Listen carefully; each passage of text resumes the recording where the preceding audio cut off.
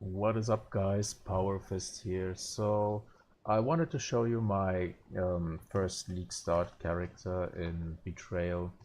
It was an crit build Inquisitor. And so guys, sorry, I have to apologize because this is my first video and I've kind of wanted to show the character to everyone because I had so much fun playing it, and I know my microphone is bad and I have a very bad setup, so I just tried to record this somehow and just show the world my character and how good it actually is. So yeah, let's start with the map. As you can see, I cleared Shaper very good. I died like maybe 1 or 2 times. Unfortunately, I hadn't my OBS set up yesterday, so I couldn't record it. Yeah, it went very good, and I've also nearly completed every single map in the game. Like this character, it runs through tier 15 maps like a charm. It works very well. Yeah, let's show you my equipment first. Yeah, this is some very basic equipment. It's okay, but it's not that insane. Like the most expensive thing here is the carcass check. It's 6 linked and it costed me around 5 exalts. It gives everything this build needs. And yeah, start with the weapon. It's a very normal crit chance spell damage weapon. Important is that you get crit chance and damage to spells, so that your crits can scale up very high.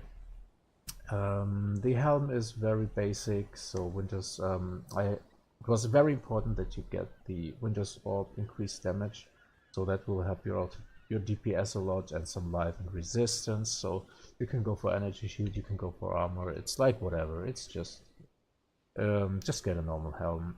Very important is the Light of the Lunaris. So this shield is insane. It gave me so much damage. If I turn this off, so this is like 13k damage, and with it it's almost 16k. So it gives me like 20 to 30% damage. So this is insane. It has crit chance, it has spell damage, it has cold damage to spells, block chance, multi. It has everything. It's perfect. It's the perfect item for this build. So amulet, it's whatever, important just to get crit chance and crit strike multiplier and some life. Amulet, the ring is just also whatever. It's just life and resist. But if you can afford it, get an assassin's mark on it so you can keep your power charges up. So you have a more crit chance. And the other ring is like whatever, just cap your resistances. Boots are also just movement speed, some life, resistance, and these are very good boots. They have chaos, life, and movement speed, and dodge to attack hits. So I was pretty lucky. I got them from Quinn69 stream. He was selling them for 1 exalt, and I just found an exalt, so I had to buy them. They are very good. The belt is just whatever, resist life, and you can play around with the gloves a bit. It's very important to get crit or crit multi. So I recently choose to go with Voidbringer because they like up my critical strike chance by a lot. So, but the downside is of course that your mana skills become absolutely insanely costful. So if I channel my mana, like it tears down to my mana like nothing. An alternative you can go for is the Moyago's Virtuosity.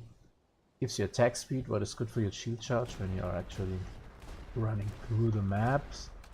It has crit strike chance, crit strike multi, it's very good. So it's almost the same if I compare this to that. The damage is like 500 DPS, so it's not even 5% damage. So I'm just playing around with that, it's okay. Yeah, the most important thing is your carcass check. You can go for Belly of the Beast if you're struggling, like with survivability. I had a 5-link Belly of the Beast before I bought this, but I choose for more damage, because when mobs die faster, you freeze things faster, you insta one-shot everything, you just can't die, of course, yeah. I mean, you don't need life when you kill everything in the screen. So that's basically the idea. Yeah, so the setup is for Winter's Orb. The links are Arcane Surge, greater multiple projectiles, added cold, increased critical strikes, controlled destruction. So of course Winter's Orb is a very unique skill. It's very fun to play because you can just watch everything explode on the screen. Like you channel it up, take a few seconds and then you run. And then you run and everything blows up. And the links, Arcane Surge is not mandatory, but you can swap a faster casting for it. So you can get your stacks up like a little bit faster, but it's not important. Like Arcane Surge has more spell damage and it's very good. Like everything with a more multiplier is like flat multiplier to your damage, and it's very good. The added cold I have in there, you can swap that for hypothermia, I guess, but I choose to go like full flat damage because the Inquisitor is very good. You have this ascendancy here that critical strikes ignore enemy monsters' elemental resistances, and non-critical strikes penetrate 10% of enemy resistances. So this is good. If you crit something, you just blow through the resistances. It means that you don't need penetration. Like when you see here, it's like a little bit of lightning damage and it's full cold damage. Like when this thing crits, it hits like a truck. So I went for this ascendancies. Like this is very good that you get cast speed and spell damage if you attack and cast. Sounds weird, but when you attack, you get a little bit cast speed. So shield charge counts as an attack, and you get cast speed. So then you cast, and then you go shield charge again. And so this cycles through itself. And this is very good also. Like in the Shaper fight, 8% less elemental damage is very good. I don't know how it works actually. Maybe I think it first calculates the damage you take from your resistances and then takes 8% off, maybe, but I'm not sure. But it's very good. It helped me survive a lot of hits, and the nearby enemies take 16% increased elemental damage is also very good. Yeah, so basically it's a very good character. I've cleared almost every content in the game after a week of Betrayal. The one thing I'm struggling with it is the high level forts, of course. Everyone is complaining about how difficult the forts are, and yes, they are very difficult. I'm complaining about them too. They are like, I don't know, when you have tier 3 generals there, like you get one shot. You get just one shot on a tier 15 map with insane rolls. They will insta-kill you. You have no chance. Even with this character, I have even Enduring Cry on it. I have almost no armor, but I have a lot of life and good chaos resist. So I don't know. I think the league mechanic is very weird. It's very fun though, but they will maybe nerf it, but I don't know. Maybe, I hope they nerf it. Yeah, so let's go for some actual gameplay and I can show you a map and how this character works. So before we do the map, I wanted to show you the skill tree because I haven't showed it yet, and it's a very generic skill tree. So you have to travel a lot and just get every single spell damage crit node and a lot of elemental and area of effect nodes here. So it's important to get arcane potency, critical strike chance and multiplier to spells, some life here, some life there, here's some life, and here the critical strike chance here and the critical strike chance and multi here, and you get down to Heartseeker and get the multi and critical strike chance here. So as you can see, it's all about critical strike chance. And of course the jewel sockets are also very important. So I've got 1, 2, 3, 4. I got 4 sockets plus this socket.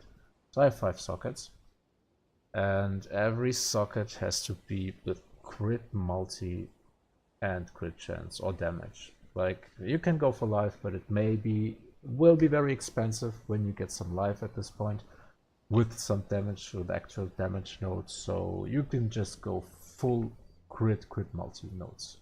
This is crit multi. This is a very good jewel. It has critical stractions and crit multi. And this has also crit multi, and yeah, who would have thought this socket has also crit multi. Yeah, so it's important you get live, and the rest is just like critical strike chance. It's very clear to go. It's a very clear path. And very important is the Prophecy of Will, so you get a little bit of skill effect duration. Since I'm not running an increased duration gem on this one, you have to take the Potency of Will. So because Wintersorb is a duration skill, it will charge up and then it will go down. It will just extend the duration of your stacks, so you don't have to like stand still every 2 seconds and cast it. Yeah, so this is basically the skill tree you can look at. Yes.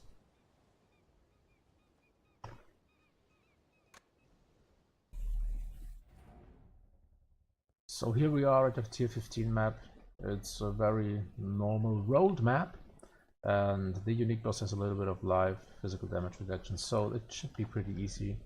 Let's summon our golems and a holy relic. I just wanted to play around with a holy relic just to see what it's like. And yes, you can see it just shreds through tier 15 enemies. I don't know how difficult tier 15 maps are, like for other characters. I think they aren't that difficult, but I heard a lot of people struggling with them. So I don't know the feeling of struggling with tier 15 maps, because this character is just tearing through them. Oh, nice, 6 sucker. So yeah, as you can see, it just shreds and explodes everything. And it's very fun to play. You just charge around and get a little bit stacks going. Yeah, and just kill everything. So I hope you enjoyed this video. It was my first video, and I apologize, as I said, for the sound, and my protection value is not that high, so I just wanted to show the character. Yeah, and yes, you can see Wintersorb takes care of everything in the map. You just have to charge around, channel the skill, and then watch everything explode. And the sound it makes is just ridiculously good. I almost died there from bleeding because I was not patient enough. Yeah, so that's a very good character. I hope you like this video, and see you guys next time.